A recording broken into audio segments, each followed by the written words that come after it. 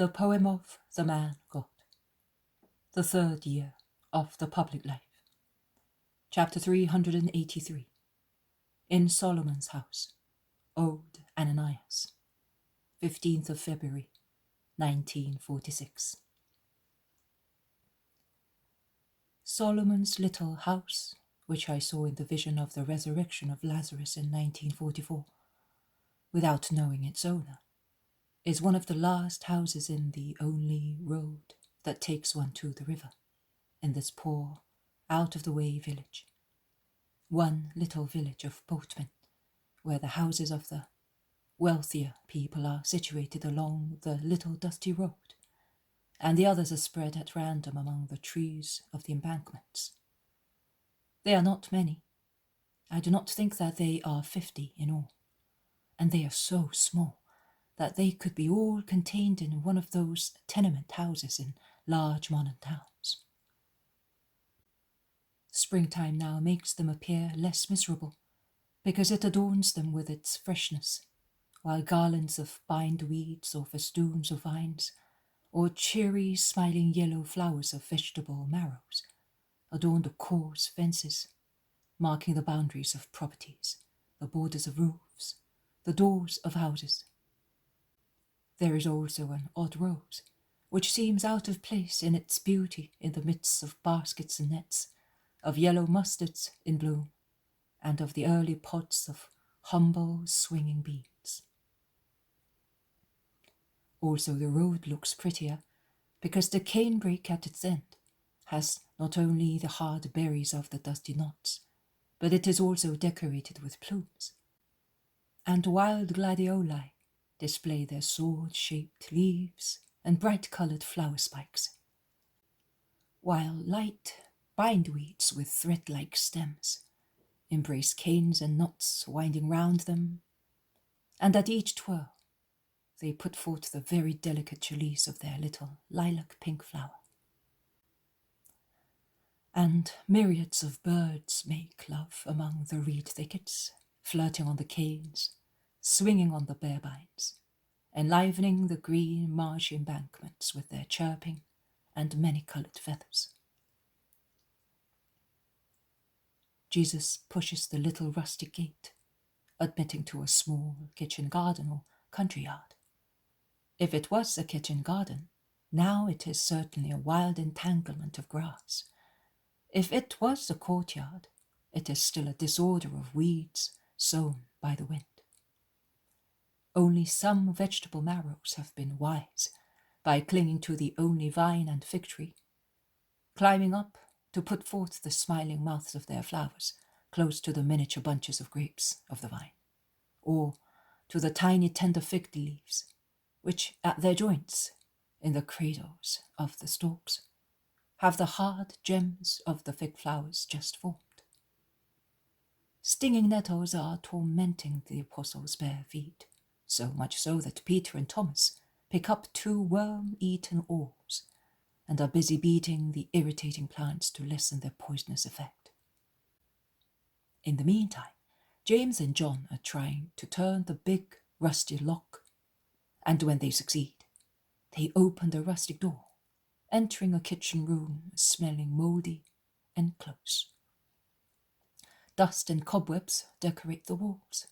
A rough table, some benches and seats, and a shelf furnish it. There are 2 doors on one of the walls. Peter explores. "There's a little room with 1 bed only. It's good for Jesus. And there, I see. This is the storeroom, the lumber room, the barn and the rat's nest. Look how they run. They have gnawed away everything these months. But now I will see to you, don't you worry. Master, can we act as if we were at home here?" That is what Solomon said. "Very well. Listen, brother, and you, James, come here and close all these holes. And you, Matthew, stand here at the door with Judas and make sure that not even 1 mouse gets out. Just imagine that you're still the kind troll collector at Capernaum. No customer escaped you then, not even if he became as thin as a lizard after hibernating. And you go and get as much weed as you can in the kitchen garden and bring it in here. And you, master, go, wherever you like, while I will fix these filthy devils which have ruined these good nets and have eaten the whole keel of a boat. And while speaking, he gathers together gnawed bits of wood, bits of nets reduced like tow, faggots, everything in the middle of the room. And when he gets the green grass, he places it on top of the rest, and then sets fire to the lot, and runs out when the first spirals of smoke rise from the pile. And he laughs, saying, "Let all the Philistines die!" "But are you not going to set everything on fire?" asked Simon Zealot. "No, my dear, because the damp green grass chokes the flames, and the flames exhale smoke from the grass, and thus, as good allies, the dry and green elements help each other in taking revenge.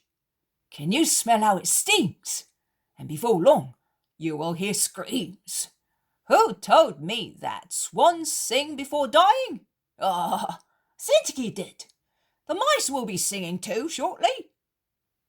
Judas Iscariot suddenly stops laughing and remarks, "We have not been able to find out anything about her, and we have heard nothing of John of Endor. I wonder where they have ended up."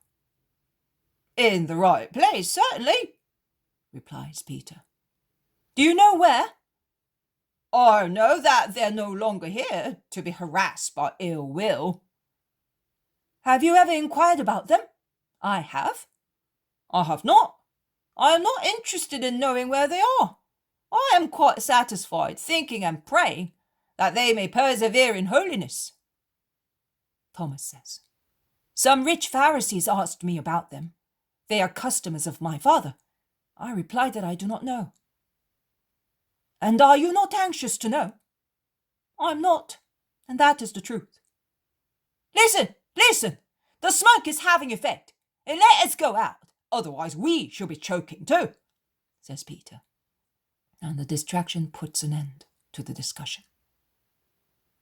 Jesus is in the kitchen garden and is straightening the stems of legumes creeping on the ground, which have come up from seeds fallen there.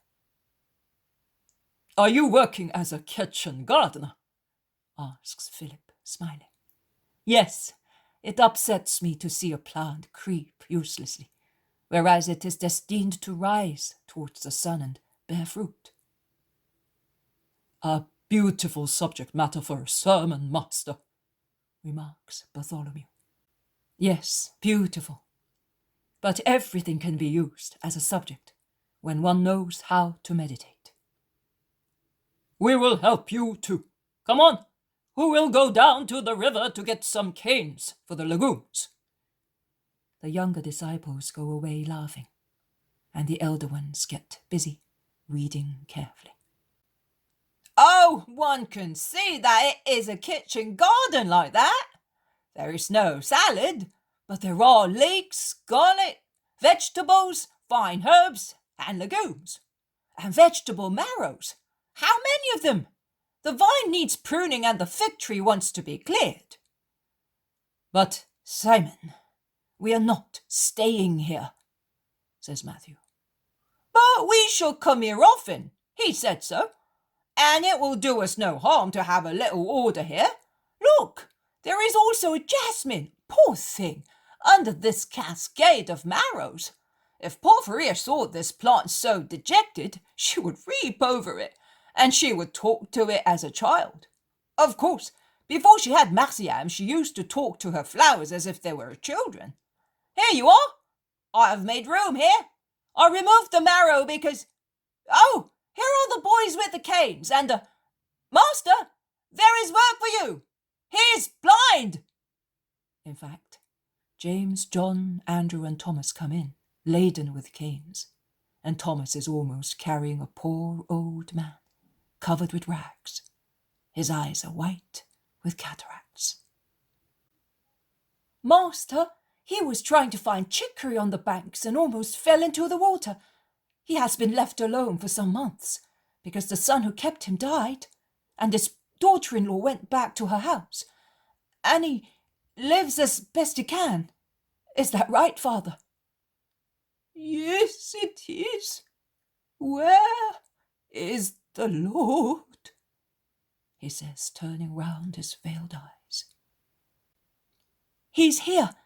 Can you see that long whiteness? It's him." But Jesus comes forward and takes him by the hand. "Are you alone, poor father, and you cannot see?" "No, I cannot.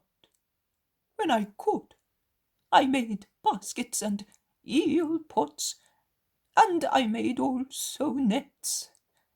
But now I can see more with my fingers than with my eyes, and looking for herbs I make mistakes, and at times I have suffered from stomach disorder because of harmful herbs."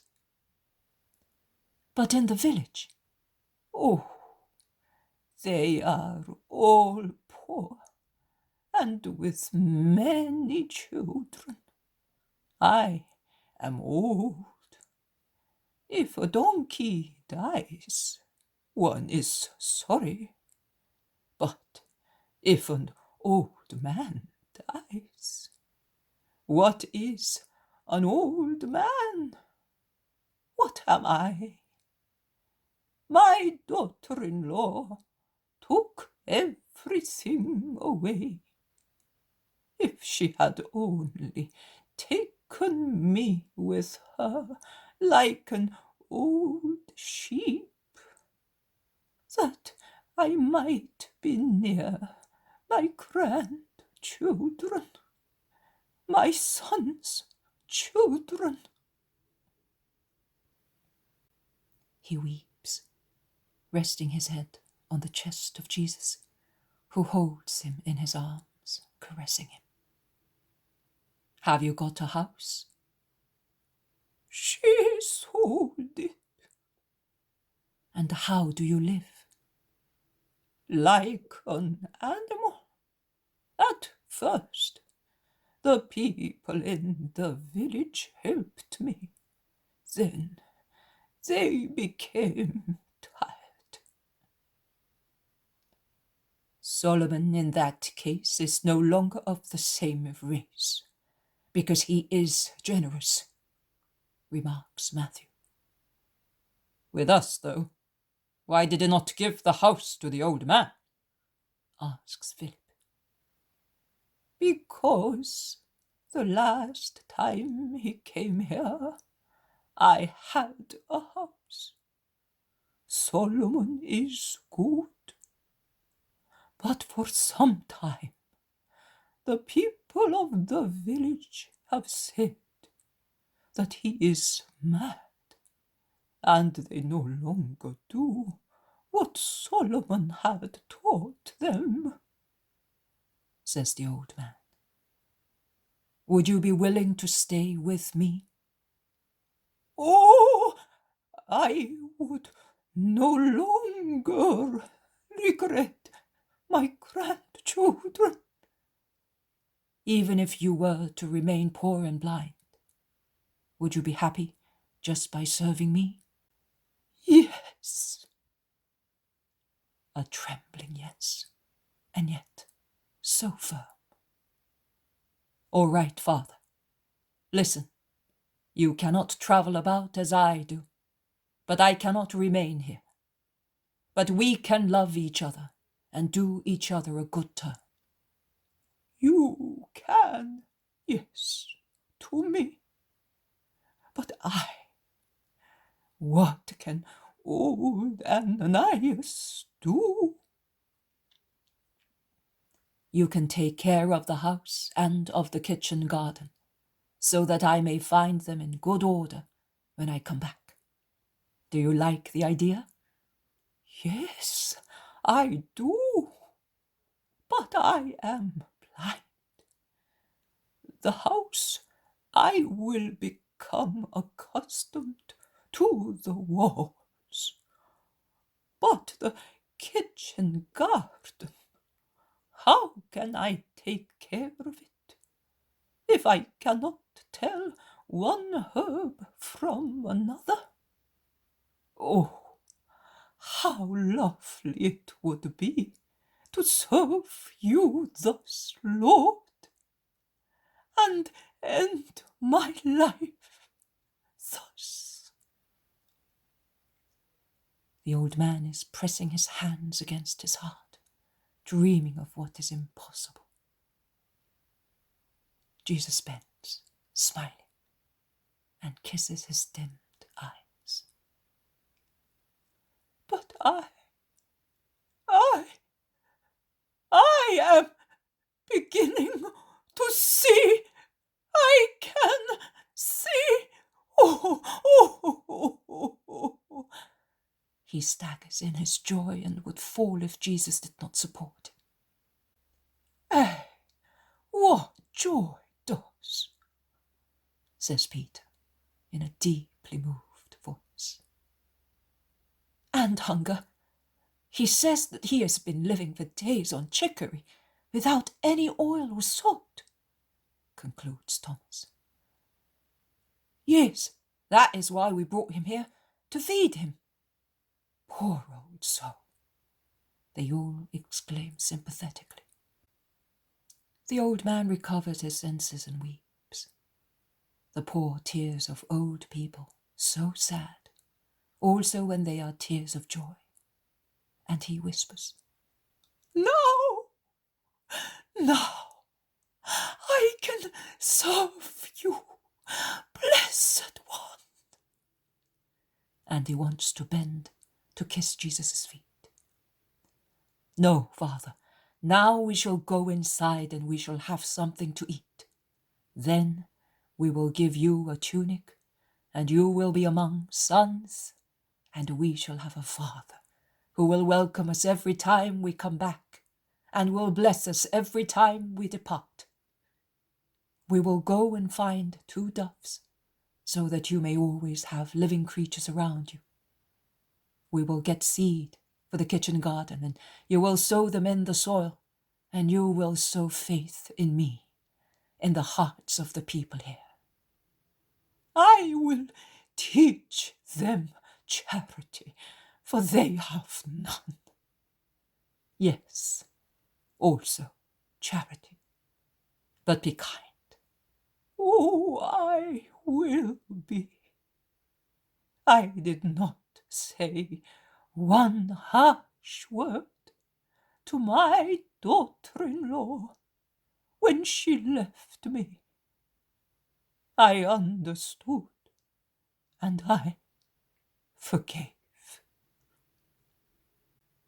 I read that in your heart. That is why I loved you. Come with me.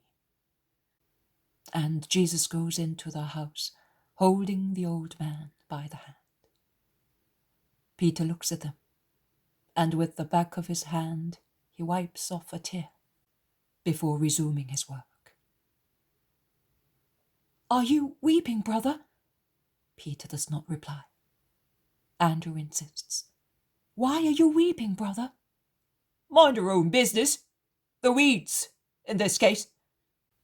If I am weeping, it's because I know why. Tell us too. Be good, say several apostles. It's because these lessons given so they touch my heart more than when he thunders imposingly. But we see the king in him, then, exclaims Judas.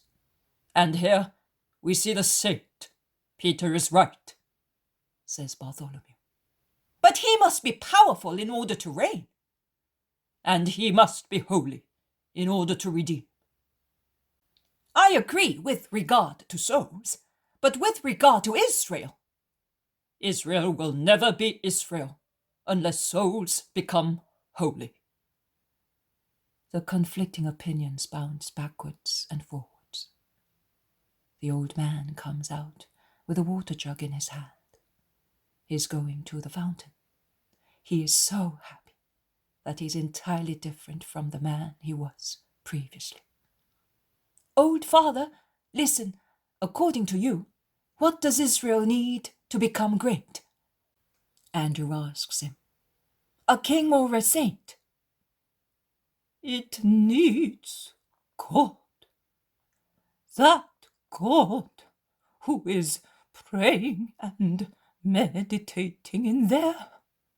Ah, my sons, be good, you who follow him. Be good, very good. Oh, what a gift the Lord has given you. What a gift.